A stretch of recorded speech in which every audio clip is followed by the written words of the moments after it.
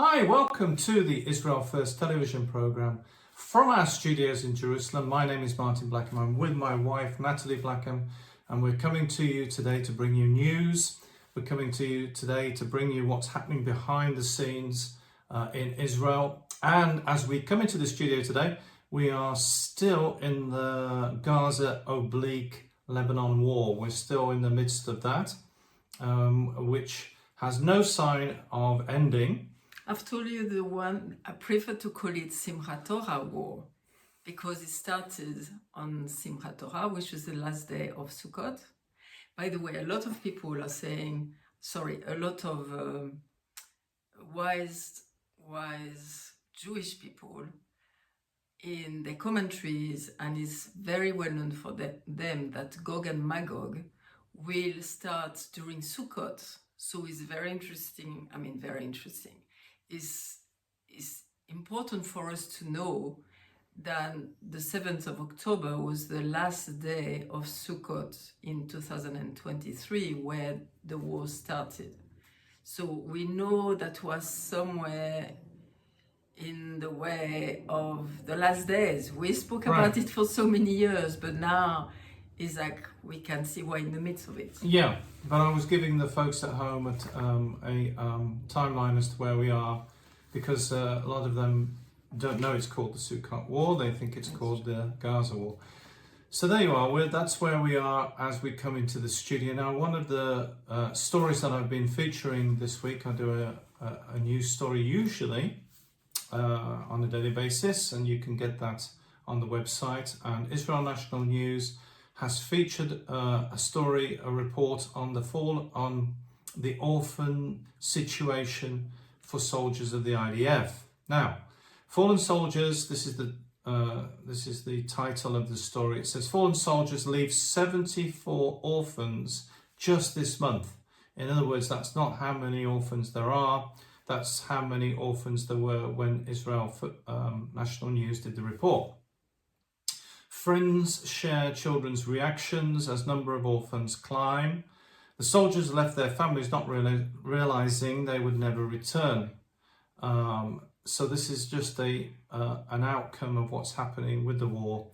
The soldiers who have been killed have families, and there's orphans. Now, it says the 14 soldiers fell over the last days of Sukkot. Talking about Sukkot, Nathalie.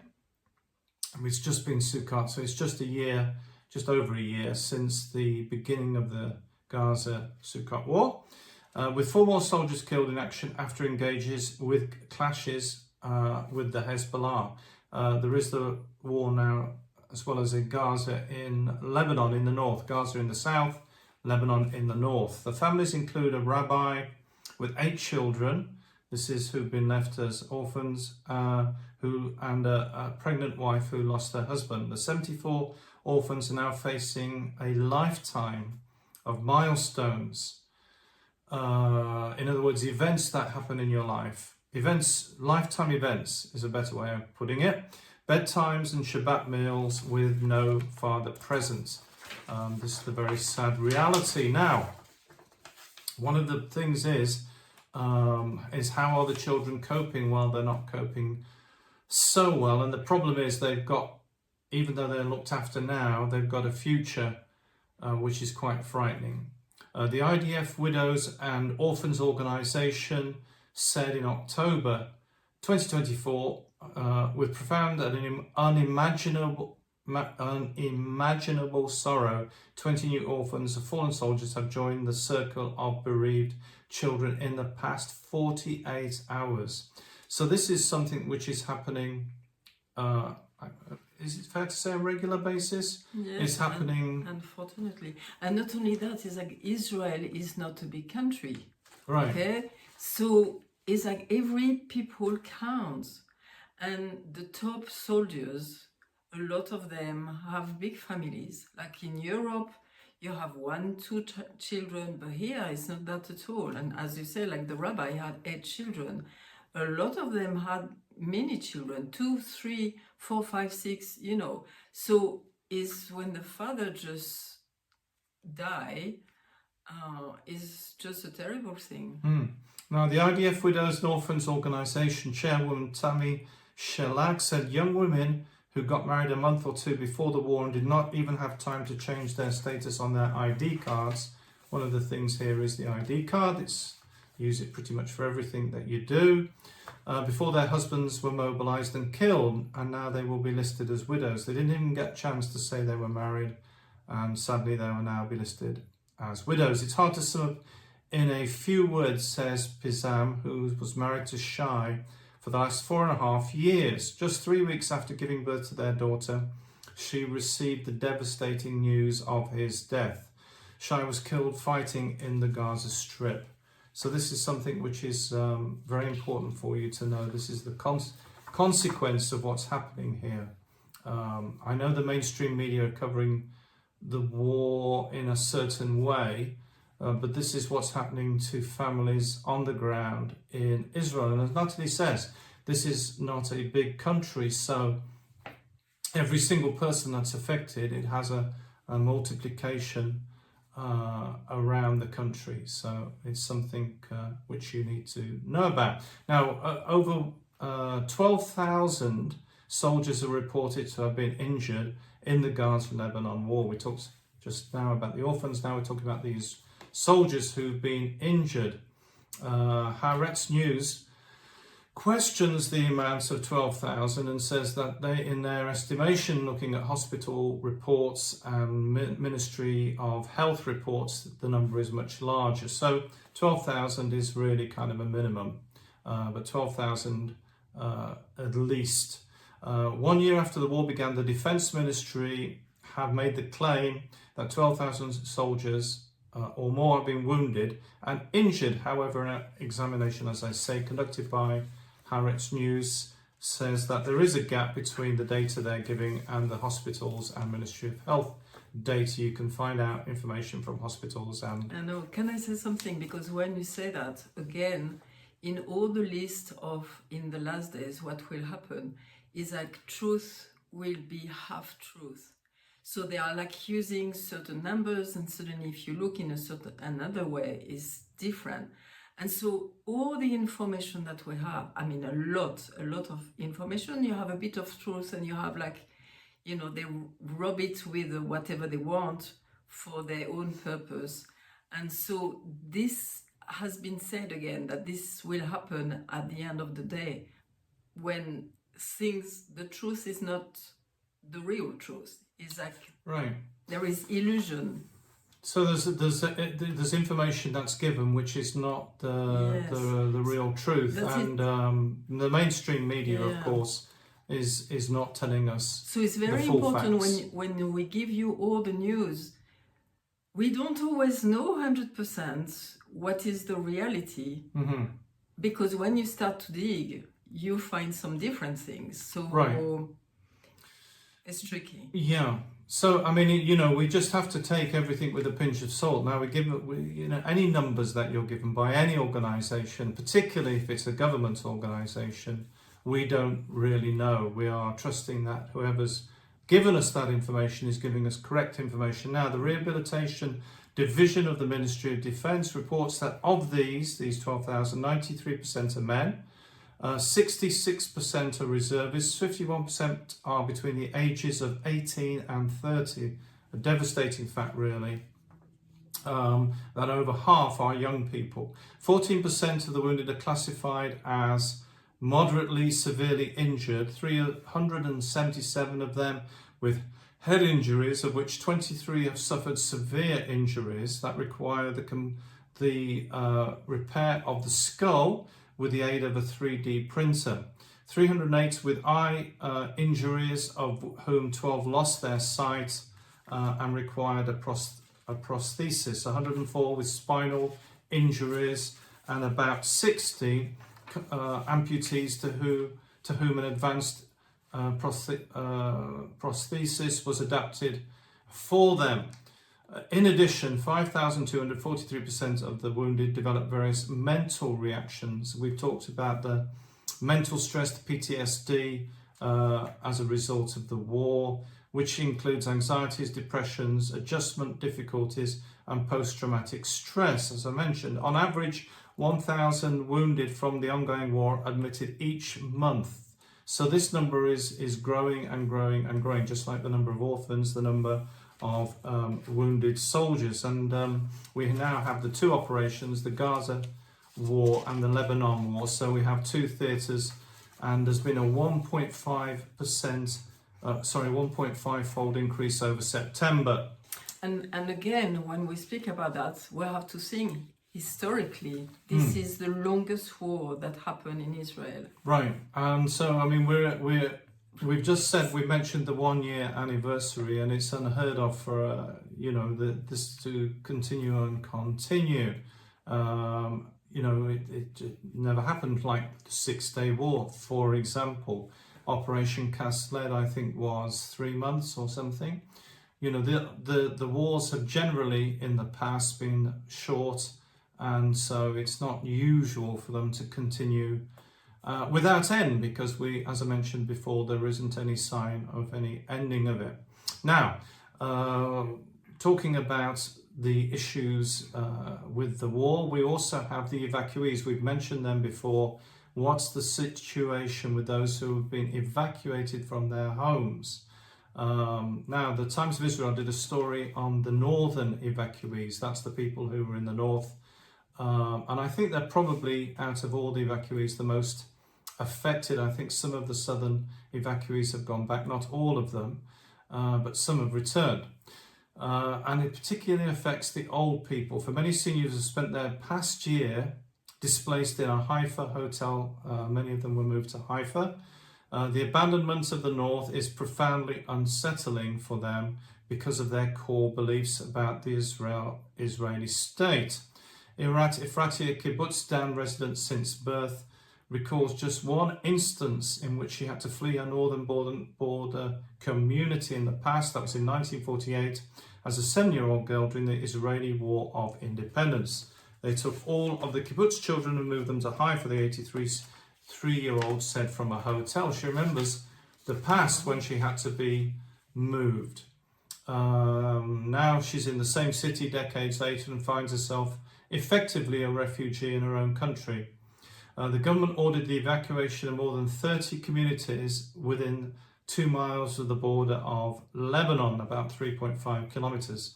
A decision many northerners agreed to at the time, but they believed it to be a temporary measure. I think I mentioned before that there was one man evacuated in the south who left his keys under the mat, and on the basis that he was going back the next day.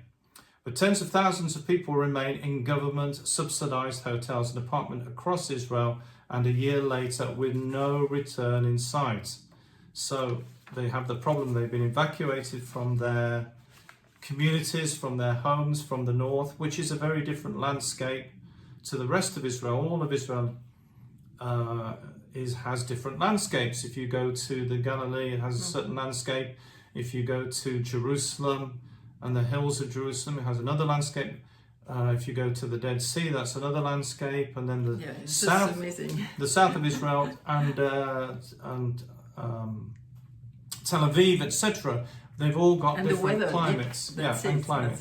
So you go half an hour, you drive half an hour, and it's another climate and another type of vegetation. Is just freezing. So when they move people, they're not necessarily, it's very unusual for them to be in the same, even though they're in the same country and people speak the same language, they're very unlikely to be in an area which is like they've been moved from. It will have a different, it'll look different, and it'll have a different climate. And many of them have been, as I mentioned, put in hotels. Now, they're not used to that. A kibbutz is not a hotel. It's very much ground level, and a lot of the kibbutz buildings, if you go to one, they're ground level buildings. In other words, you walk out of the door and into your garden. There's no going upstairs or up in lifts. So this is something they've had to face. Now, it's more village type of living, and not city type of living. Right. So this is what one of them says. She said, the person says, it's hard not to lose your sanity after living in a small room for 11 months. So they've not only been evacuated to a hotel, they've been there for over a year in a small room. For many of the displaced seniors who've lived through and fought through the wars, many of them have fought in the wars, right? So in past wars, they've been in the army or in the military. Now, because it's a young country and it's been through a number of wars, the abandonment of the North is not just disruptive, it's also profoundly unsettling for their beliefs about establishing the Jewish state. What happened was that when people came here to settle here, we had the different aliyahs. So people came from Europe, for example, and then from Africa, the Middle East. There was different aliyahs of Jewish people returning back to the land of Israel.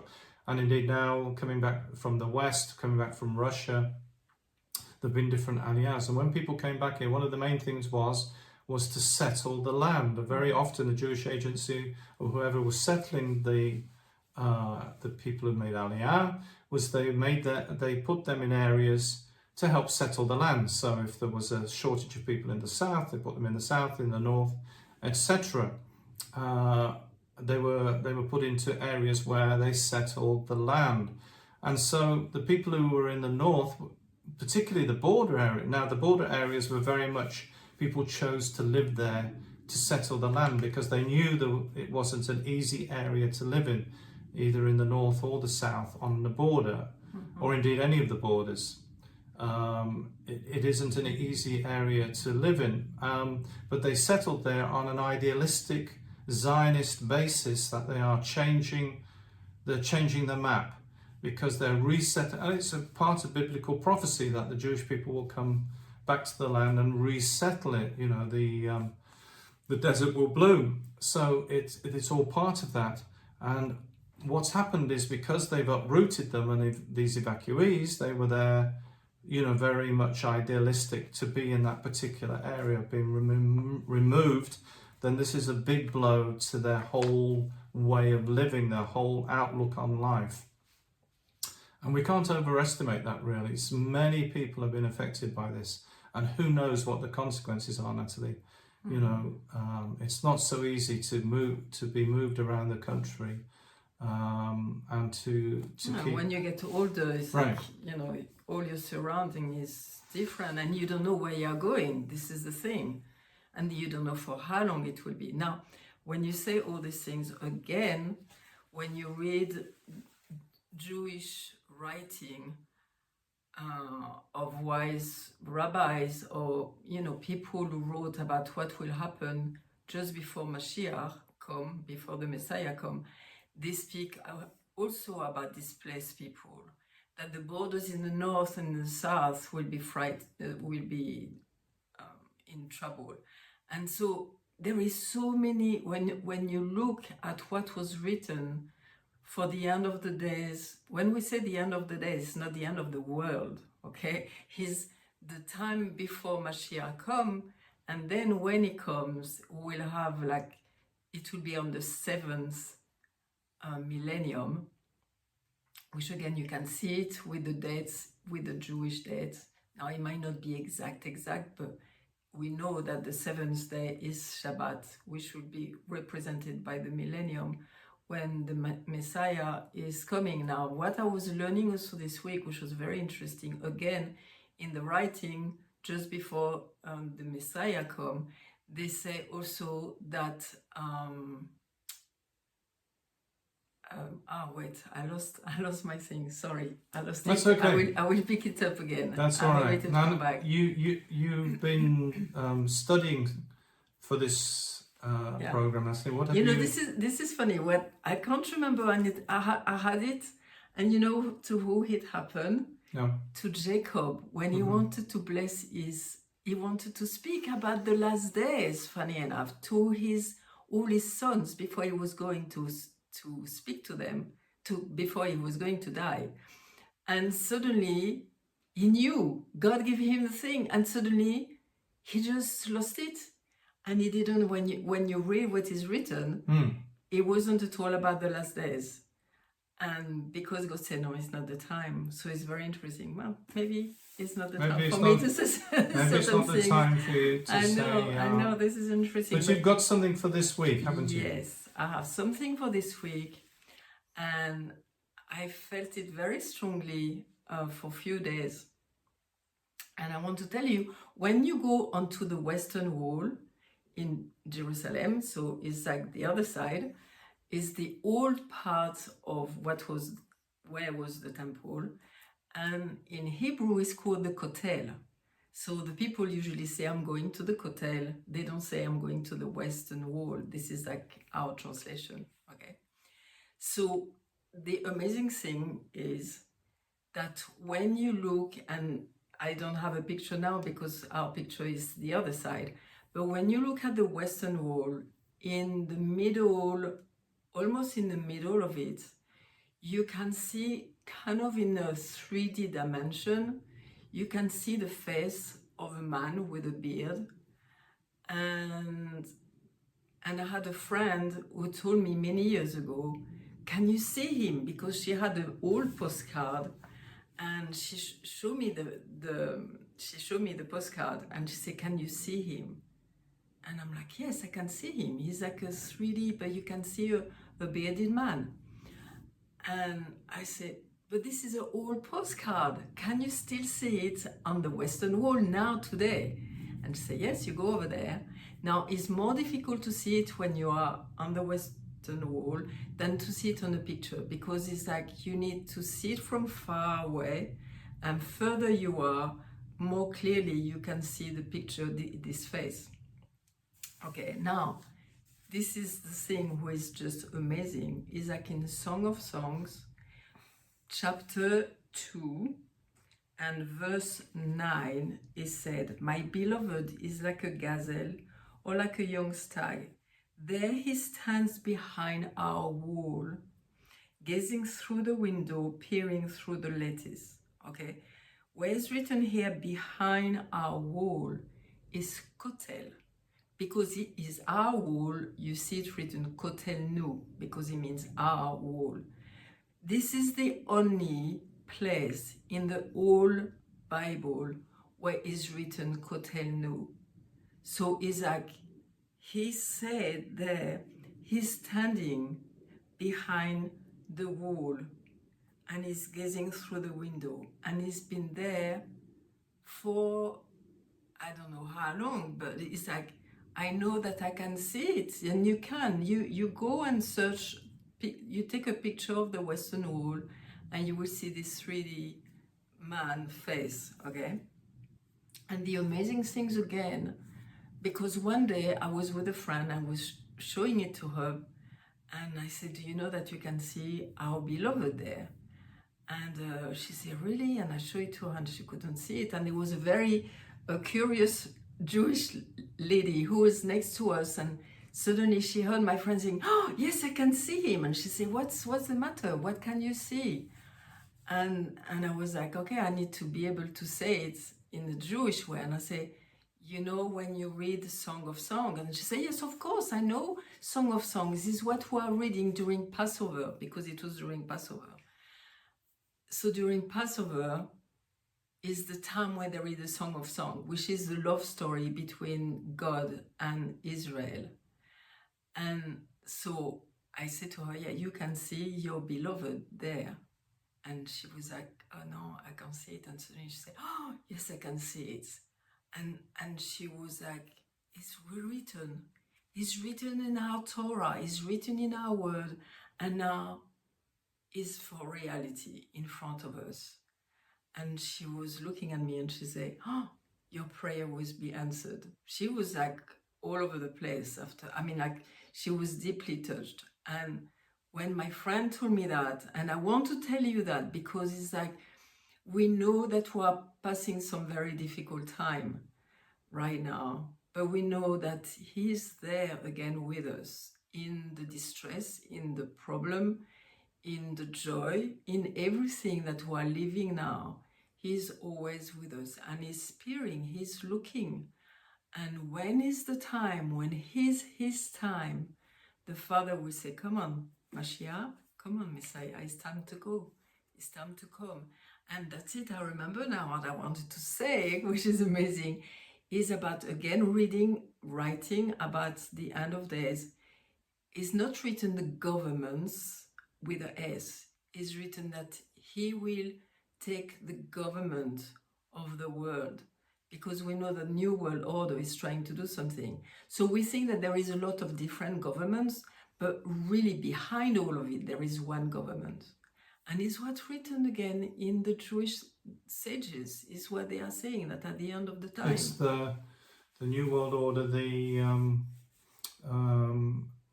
World Economic Forum, the United Nations, etc., the One World Government. It is in place, it is working, and the governments of the world are just puppets in its hands. Yes. And it's and part of to obey. and it's part of the we're on the track. We're in the highway of the last days and the end time and the return of Messiah. So this is all expected, that this is all going to happen, and wars and rumours of wars are all part of that, of course. Now, thank you so much for joining us today. It's been really great to be with you again. Don't forget the website. There's a lot of information on the website, which is www.israelfirst.org. You can also help this program go out, help us to make this program. You can support us by going to the donate page. A lot of information there. You can register for the newsletter. You can register for the daily one and also the weekly one, our weekly newsletter. You can get all of that on there. And we're looking forward to being with you again. And remember, we're the program that looks at the land, the people, and the language.